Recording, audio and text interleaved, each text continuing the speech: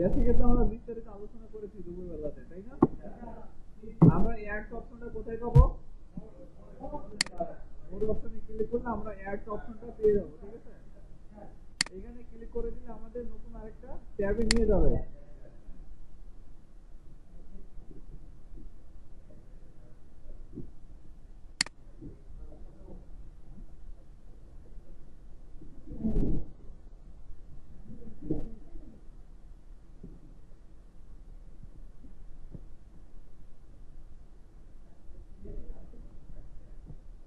আচ্ছা, চলে এসেছে আমাদের নতুন ট্যাবে, ঠিক আছে? তাহলে অ্যাড অপশনটা কোথা থেকে পাবো আমরা? মোর অপশনে ক্লিক করলে, অ্যাড অপশনে ক্লিক করলে নতুন একটা ট্যাবে নিয়ে যাবে, ঠিক আছে? আমাদের ফেসবুকে যেমন অ্যাডভার্টাইজিং এর জন্য আমাদের মেটা অ্যাডসে যাওয়া লাগে, তেমন ভাবে আমাদের টুইটার বা x.com এ আসলে আমাদের ক্যাম্পেইন এর জন্য আলাদা একটা ট্যাব ওপেন হয়ে যাবে যখন আমরা অ্যাডসে ক্লিক করে দেব, ঠিক আছে? এখন ক্যাম্পেইন ডিটেইলস এখানে সিলেক্ট করতে হবে, রাইট? ক্যাম্পেইন ডিটেইলস আমরা এখানে কি দেব? অবজেক্ট। অবজেক্ট আমরা এখান থেকে এডিট করে দেব, এডিট করে আমরা এখান থেকে রিচ দিয়ে দেব। বিজনেস শুরু করার ক্ষেত্রে আমরা সবসময় খেয়াল করব যেন আমাদের বিজনেসটা যখন অ্যাডভার্টাইজিং চালাবো যেন রিচ অপশনটা সিলেক্ট করি। রিচ মানে এই বড় লোক এই রিচ না, আপনার ভিডিওটা বা পোস্টে কেমন ভাইরাল হচ্ছে, কতজন মানুষের কাছে যাচ্ছে, হ্যাঁ, এটা হচ্ছে এই রিচ। আর রিচ মানে অনেকে বড় লোক, এইটা ভাবার দরকার নেই। এখানে ভিডিও ভিউ সহ ওয়েবসাইট ট্রাফিক, সেলস, কিওয়ার্ড আরো অনেকগুলো অপশন আছে। ক্লায়েন্টের চাহিদা অনুযায়ী আপনি এখান থেকে স্পেসিফিক ভাবে চুজ করে নিতে পারবেন। আমি এখান থেকে রিচ অপশনটা নিচ্ছি, এরপরে নেক্সট। আমি যে ক্যাম্পেইন অবজেক্টটা চেঞ্জ করতেছি তার জন্য এটা ইয়েস চেঞ্জ অবজেক্ট, এটা আমি চেঞ্জ করে দিলাম। এখন এখান থেকে আমাদের কি দিতে হবে? একটা ক্যাম্পেইন নেম দিতে হবে।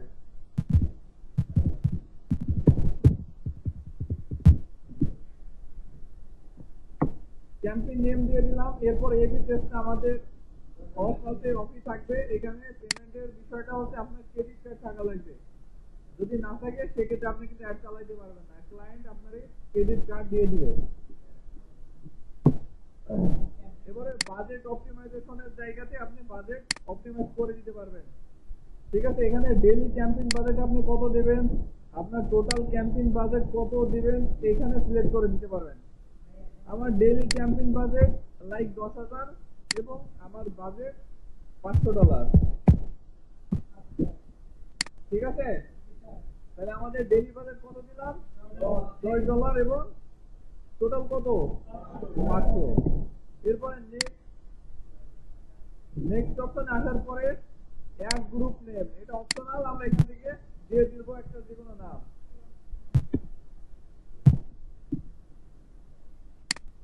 সকালবেলাতে আমরা এই যে অ্যাড ওয়ান একটা গ্রুপ নেম দিয়েছিলাম, মনে আছে? এইখানে দেখেন এটা শো হচ্ছে, তো এখান থেকে আমরা অ্যাড গ্রুপ নেম 2 দিয়ে দিলাম, ঠিক আছে? এরপরে বাজেট এন্ড শিডিউল, এই জায়গাতে আমরা কত তারিখ থেকে শুরু করব এবং কয়টা থেকে শুরু করবে সেই অপশনটা এখানে বলা হয়েছে। আজকে কত তারিখ? আমি চাচ্ছি 1 তারিখ থেকে ক্লাস চলবে এবং কয়টা থেকে চলবে? বেলা 2টা দিলাম আমি। এরপরে ইনডেট দিবেন নাকি কন্টিনিউয়াসলি আপনার অ্যাড রান হতেই থাকবে? ইনডেট আমরা এখান থেকে দিয়ে দেব। যদি ইনডেট দিতে যাই সেক্ষেত্রে এই অপশনটা উঠাই দিব, তাহলে আমার এখানে কি হবে? ইনডেটটা বসানোর অপশন চলে আসবে। এখন আপনি কত তারিখ পর্যন্ত রান করবেন সেটা এখান থেকে সিলেক্ট করে দেবেন। আমি এখান থেকে 31 তারিখ পর্যন্ত দিয়ে দিলাম। অটোমেটিকলি বন্ধ হয়ে যাবে কয়টার সময়? 2টার সময়।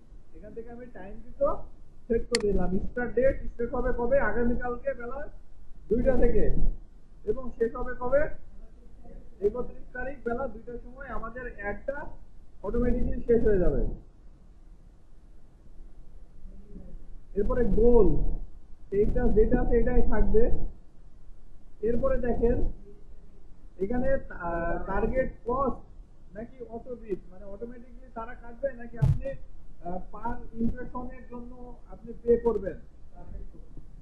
আপনি চাইলে এটাও দিতে পারেন, এটাও দিতে পারেন। এখানে কি বলছে মোস্ট পপুলার, এটা অনেক জনা ইউজ করে, দেখো এটা মোস্ট পপুলার হিসেবে আছে। কারণ আপনি যদি স্পেসিফিক ভাবে বাজেট শিডিউল করে দিতে চান বা বাজেট দিতে চান, সেক্ষেত্রে আপনি এখানে ক্লিক করে দিবেন এবং এখান থেকে বাজেট দিয়ে দিবেন। এখানে কি বলছে average cost per 1K impression. তাহলে 1K ইমপ্রেশনের জন্য আপনি কত দিবেন? $2। ঠিক আছে, এখানে দেখেন নিচে একটা ইয়া দিয়ে দিয়েছে, সাজেশন দিয়ে দিয়েছে $3.5 থেকে $6। আপনি চাইলে এটা কাস্টমাইজ করে বাড়াই বা কমাই দিতে পারেন। ঠিক আছে, আমি এটা অটোমেটিকলি রেখে দিলাম।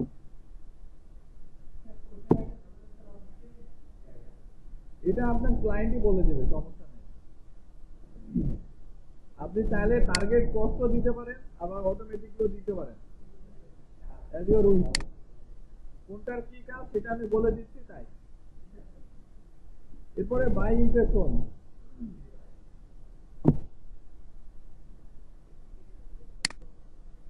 এখানে দেখেন set a custom cap impression 7 day, অর্থাৎ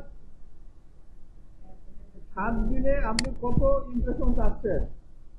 ঠিক আছে, এখানে আপনার ইমপ্রেশনের টার্গেট আপনি দিয়ে দিতে পারেন। এখানে মনে করেন যে আমি যদি দিয়ে দিই 1000, ঠিক আছে, 1000 ইমপ্রেশন করবে একদিনে, আমি এটা সাপোজ দিয়ে দিলাম। ঠিক আছে, এবারে অ্যাপ কনভার্সন অপশনাল, এটা আমরা সিলেক্ট করবো না, যেটা যেমন আছে তেমনই থাকবে। মেজারমেন্টটা আমাদের দরকার নেই। এখানে কি বলছে audience measurement tag, Google campaign manager impression tag, এগুলো আমাদের দরকার নেই। এরপরে আসি প্লেসমেন্টের অপশনটা কি আমাদের ইয়াতে ছিল না? প্লেসমেন্ট আমাদের ফেসবুক অ্যাডসের ভিতরে কিন্তু প্লেসমেন্ট অপশনটা ছিল, খেয়াল করছেন? কেউ খেয়াল করেন নাই? প্লেসমেন্টটা হচ্ছে আপনার অ্যাডসটা কোথায় কোথায় শো হবে, কোন কোন ওয়েবসাইটে শো হবে, এটা হচ্ছে প্লেসমেন্ট। বুঝতে পারছেন? আপনারা তো যেহেতু ঘাটাঘাটি করছেন তাহলে বুঝতে পারছেন যে আসলে প্লেসমেন্টটা কি কি জিনিস। দেখেন এই জায়গাতে কি বলছে, এখানে কি বলছে অ্যাকাউন্ট ব্র্যান্ড সেফটি,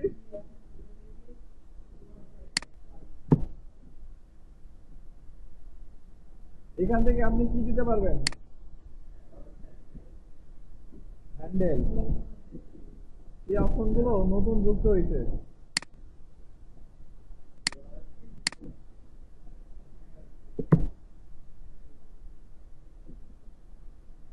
আচ্ছা, এইখানে আমরা আপাতত কিছু দিব না, ঠিক আছে। এবার ডেমোগ্রাফিক অপশনটা আমরা পরিচিত না এটার সাথে? এটার সাথে তো আমরা সবাই পরিচিত আছি নাকি?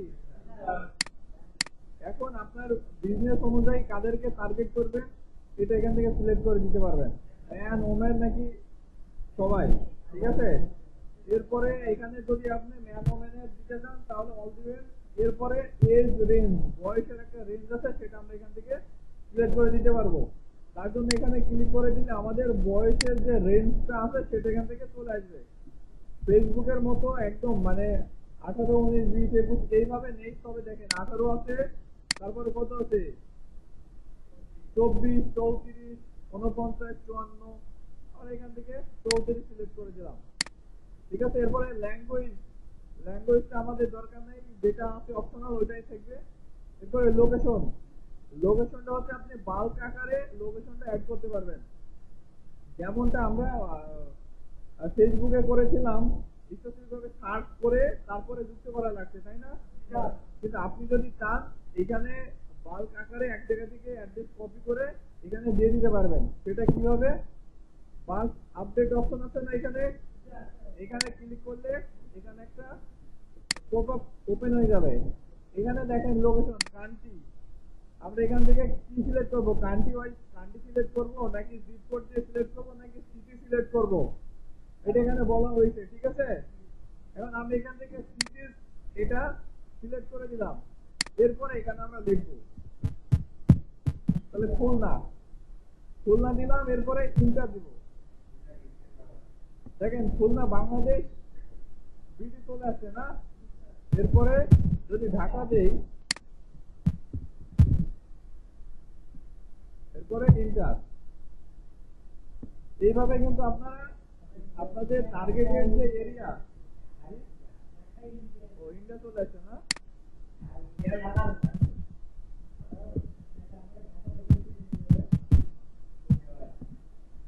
এইভাবে আপনি এক জায়গা থেকে অ্যাড্রেস কপি করে বা আপনার টার্গেটের যে এরিয়া গুলো আছে সেই এরিয়া গুলো লিস্ট আকারে সীমাবদ্ধ করে কপি করে এখানে আপনি দিয়ে দিতে পারবেন।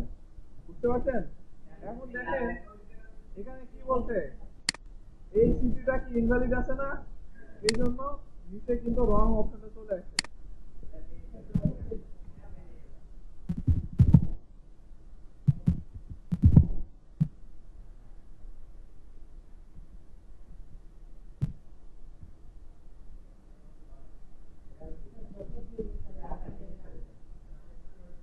এখানে অন্য সিটি দিয়ে দেখি,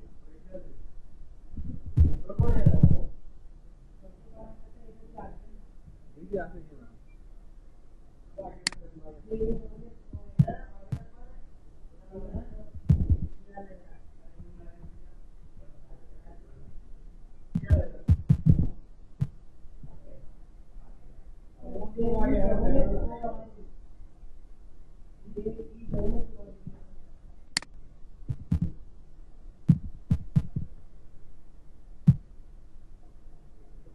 আচ্ছা এবার আসছে, তাহলে আমাদের সিটির নামটা ভালোভাবে দিতে হবে।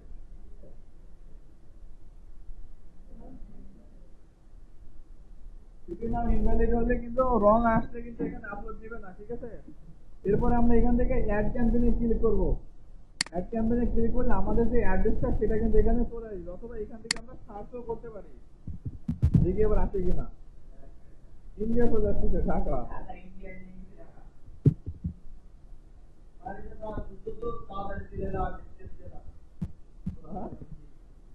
ও যেহেতু আমরা সিটি দিয়েছি তাহলে ঢাকা, ঢাকাও তো একটা সিটি।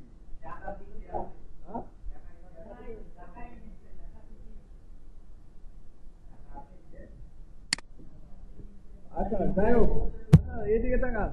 এরপরে ডিভাইস অপশনটা আছে, এখানে আপনি অপারেটিং সিস্টেম কারে টার্গেট করবেন, আইএসও, আইওএস নাকি অ্যান্ড্রয়েড নাকি মোবাইল, হ্যাঁ নাকি উইন্ডোজ, কোনটা সিলেক্ট করবেন? আপনি কাদের কাছে যাদের টার্গেট করবেন তাদের ডিভাইস যদি থাকে এটা সিলেক্ট করে দেন। আমি এখান থেকে অ্যান্ড্রয়েড সিলেক্ট করে দিচ্ছি। আচ্ছা অ্যান্ড্রয়েডের ভিতরে এখানে অল অপশনটা আছে, অ্যারো বাটনে ক্লিক করে দেখি।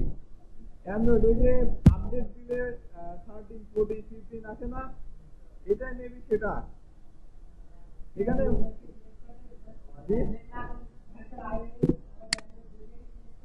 হ্যাঁ সিলেক্ট করা যাবে। এখানে দেখেন অ্যান্ড্রয়েড অপশনটা আমরা সিলেক্ট করে দিলাম, অ্যারো চিহ্নতে ক্লিক করে আমরা এখানে আর কিছু সিলেক্ট করব না, ঠিক আছে? যেভাবে আছে এইভাবেই থাকবে। এখন আপনি যদি চান আদার মোবাইল সেটা যদি সিলেক্ট করতে চান তাহলে এখান থেকে সিলেক্ট করে দিবেন। বুঝতে পারছেন? এরপর যদি ডেস্কটপে চান সেক্ষেত্রে ডেস্কটপ সিলেক্ট করে দিবেন। ওকে, দেখেন অডিয়েন্স ইস টাইম এখানে কিন্তু অডিয়েন্সের রেশিও দেখাচ্ছে। বুঝতে পারছেন? আমাদের রিকোয়ারমেন্ট অনুযায়ী কিন্তু দেখাচ্ছে।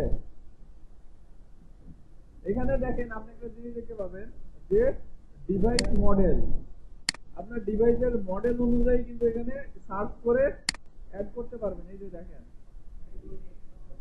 ওপো, ওয়ানপ্লাস, নোকিয়া, আপনি কোন ধরনের মোবাইল টার্গেট করবেন সেটা এখানে দিতে পারবেন, ঠিক আছে? এরপরে কোন কান্ট্রির মোবাইল, অর্থাৎ কোন ভ্যারিয়েন্টের মোবাইল সেটাও এটা সিলেক্ট করতে পারবেন। অনেকে থাকে না ইউএস ভ্যারিয়েন্ট, ইউকে ভ্যারিয়েন্ট, এই কানাডা ভ্যারিয়েন্ট, এইখান থেকে ভ্যারিয়েন্টও সিলেক্ট করতে পারবেন।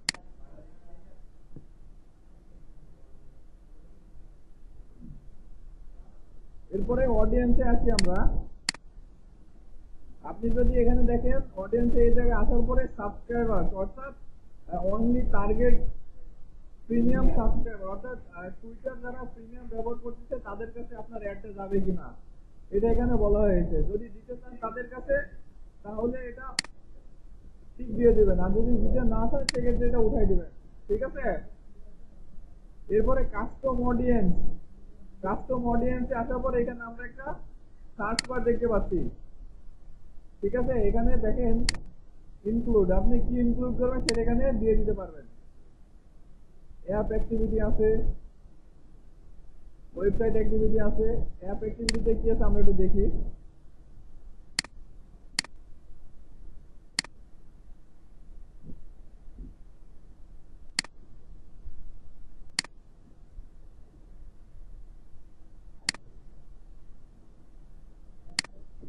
আচ্ছা, এটা মেবি ওপেন হচ্ছে না আমার এখানে, নাকি এই অপশনটা এরকমই? আচ্ছা, আপনাদের ওপেন হয় কিনা আমারে বলবেন, ঠিক আছে? এই কে কাজ চালাচ্ছেন? এখন কাজ করবেন না। আচ্ছা, এইদিকে টার্গেটিং ফিচারের এই জায়গাতে দেখেন কিওয়ার্ড, এখানে ইনক্লুড করবেন, সার্চ করবেন এখানে দেখি।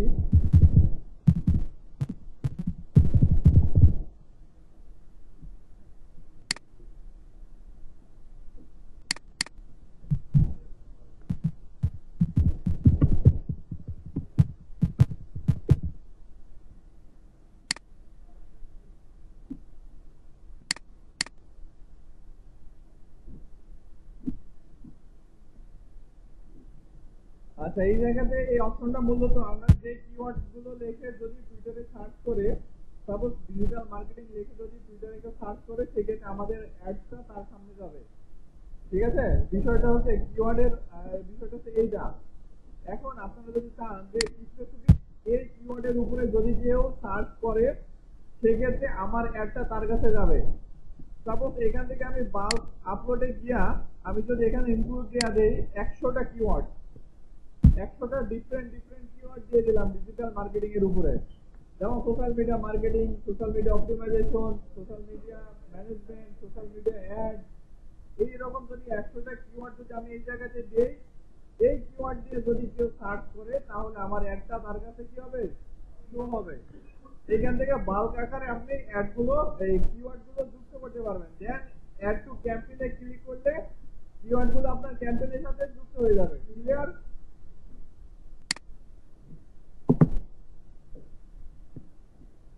এরপরে কি আছে, ইন্টারেস্ট। এইখানে আমাদের ফেসবুকে কিন্তু এই অপশনটা ছিল না।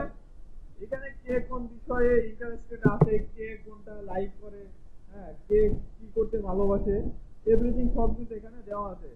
ক্লায়েন্টের রিকোয়ারমেন্ট অনুযায়ী, তার শপের রিকোয়ারমেন্ট অনুযায়ী কি হবে সেটা আপনারা এখান থেকে কি করবেন, সিলেক্ট করে দেবেন। ঠিক আছে। এখানে মুভি অ্যান্ড টিভি, এটা আমাদের দরকার নাই, এটা আমাদের আপাতত দরকার নেই।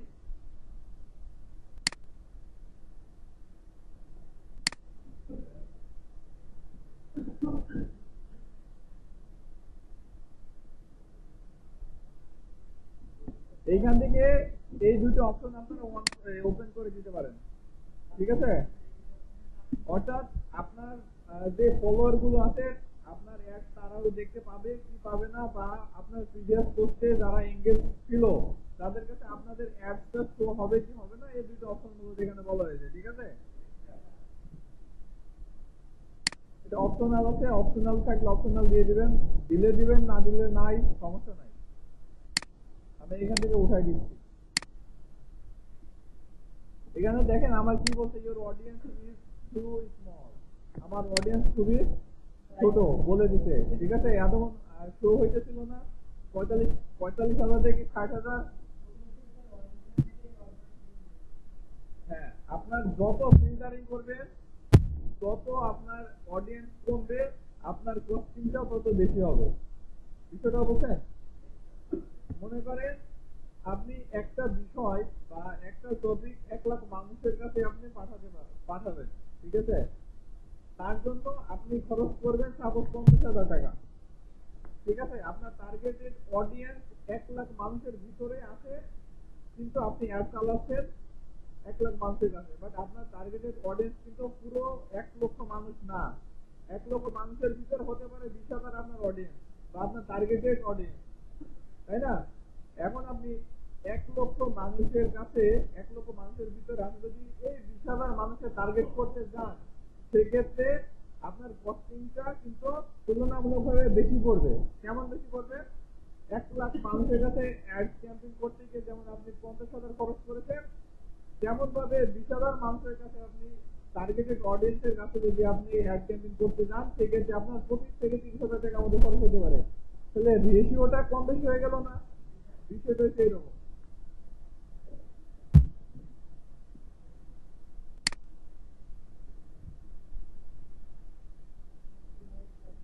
এখান থেকে এই অপশনটা যদি অন করে দেন, তাহলে এআই আপনার হয়তো হেল্প করবে, এরকম কিছু একটা বলা হয়েছে এখানে। তো এটা অন করে দিবেন, আর বিস্তারিত আপনারা সুন্দরভাবে বুঝে দিয়ে শুনে নেবেন, ঠিক আছে? এরপরে নেক্সট অপশনে ক্লিক করি। নেক্সট অপশনে ক্লিক করে দেওয়ার পরে কি বলছে, অ্যাড নেম। এখান থেকে অ্যাড নেম আমরা এখান থেকে দিয়ে দিলাম। আচ্ছা, যেটা সেটাই থাক।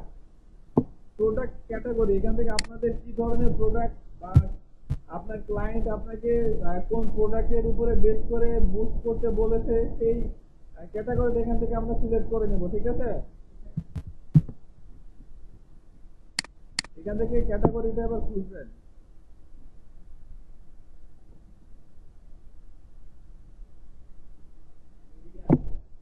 যে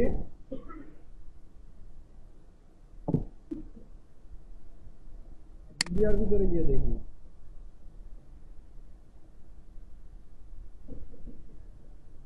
মিডিয়ার ভিতরে তো নাই তেমন। এই যে অ্যাডভার্টাইজিং এন্ড মার্কেটিং, এটা আমরা সিলেক্ট করে দেবো, ঠিক আছে? আমি এটা সিলেক্ট করে দিলাম ক্যাটাগরিটা। এরপরে এটা যেটা আছে এটাই থাকবে। এরপরে আপনারা একটা ডেসক্রিপশন লিখে দেবেন সুন্দর করে।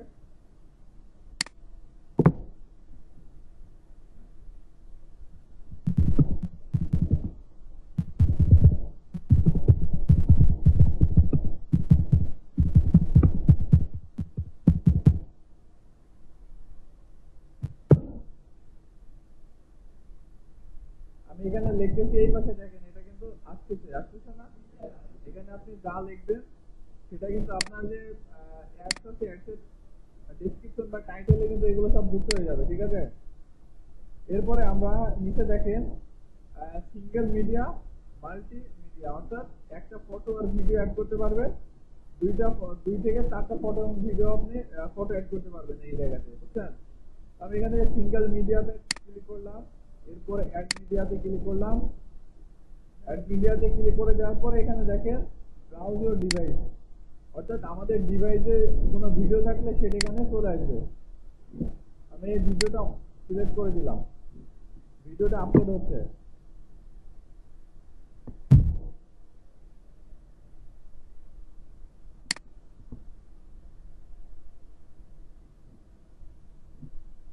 এখান থেকে দেখেন, এটা আমরা এই ভিডিওটা আপলোড করেছিলাম না?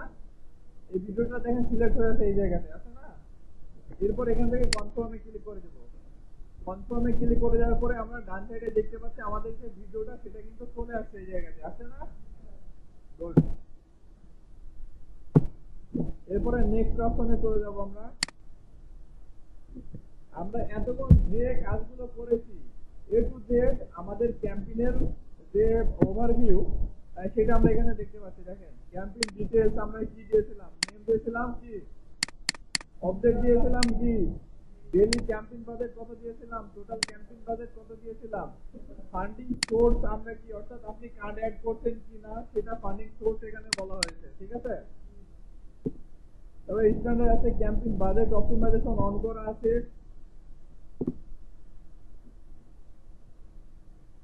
এখানে আপনারা budget, schedule, group detail, delivery, placement সবকিছু এখানে দেখতে পারবেন। তাহলে আপনার টার্গেটেড অডিয়েন্স কত আছে এই জায়গাতে? 45 থেকে 49,000 আপনার টার্গেটেড অডিয়েন্স আছে। এরপর এখান থেকে লঞ্চ ক্যাম্পেইনে ক্লিক করে দিলে আমাদের যে ক্যাম্পেইনটা আছে সেটা কিন্তু রান হয়ে যাবে, বাট আমাদের কার্ড অ্যাড করা নাই, যার কারণে আমাদের কি হবে না, রান করা যাবে না। তো এখন কি করবেন, এটা সুন্দর করে একটা স্ক্রিনশট নেবেন, বুঝছেন? যে হ্যাঁ, যে কয়টা নেওয়া যায় সে কয়টাই নেবেন স্ক্রিনশট। দুই তিনটা যা পান স্ক্রিনশট নিয়ে নেবেন। এখান থেকে মনে করেন সিলেক্ট করলেন পুরোটা, দেন এখান থেকে এটা তো মার্ক করে দিয়ে এই যে লঞ্চ ক্যাপ্টেন, আপনি যে এই পর্যন্ত আসছেন তার তো একটা প্রুফ দেখানো লাগবে না, এটা সিলেক্ট করে দিবেন। তারপরে প্রথম থেকে নেবেন, প্রথমে এটার একটা ক্যাম্পেইন নেবেন, এরপরে নিচে গিয়ে দুইটা স্ক্রিনশটে শেষ হয়ে যাবে আশা করি। এখন এই যে বিষয়টা আমি দেখালাম, এই বিষয়টা বুঝেন নাই কি, আমার একটু বলেন, বা কোন জায়গাটায় বুঝেন নাই?